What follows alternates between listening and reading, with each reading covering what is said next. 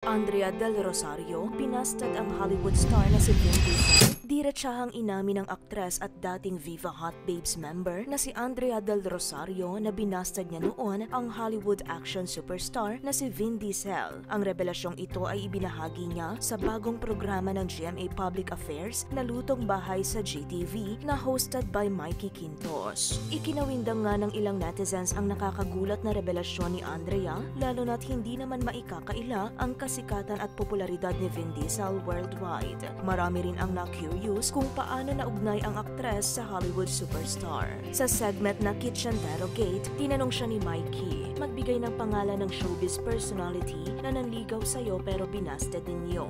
Imbes na iwasan ang tanong sa pamamagitan ng pag-inom ng milk wasabi mixture, diretsahan itong sinagot ni Andrea, Vin Diesel. Sagot niya na ikinagulat ni Mikey. Saad ng host, really? Actually, isa yun sa susunod na question pero sinagot niyo na. Totoo? Sagot ni Andrea habang natatawa, hindi gina-joke lang kita. Ayoko lang uminom noon. Before pa yun ilang years ago. Ikinuwento ni Andrea na nasa Amerika siya para magbakasyon nang makilala niya si Vin Diesel. Ayon sa kanya, lumapit ang bodyguard ng aktor at inimbita silang pumunta sa isang house party. Na-meet ko siya kasi diba when you go to mga bars, diba may lumapit sa akin mga bodyguard niya. Sabi, hey you know, he wants to meet you.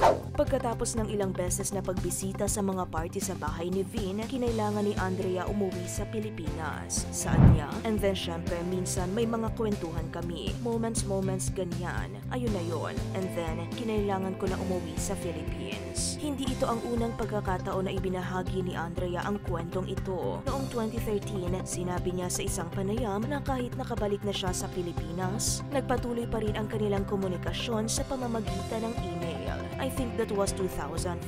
Imagine ilang years na yon. And then after that, hindi na kami nagkausap. I don't know if he's still using that mail, ani Andrea. Kahit na inimbita siyang bumalik sa bahay ni Vin Diesel ng ilang beses, tinanggihan ito ni Andrea. He invited me so many times to come back and he wanted me to stay there. And I said no. Aniya.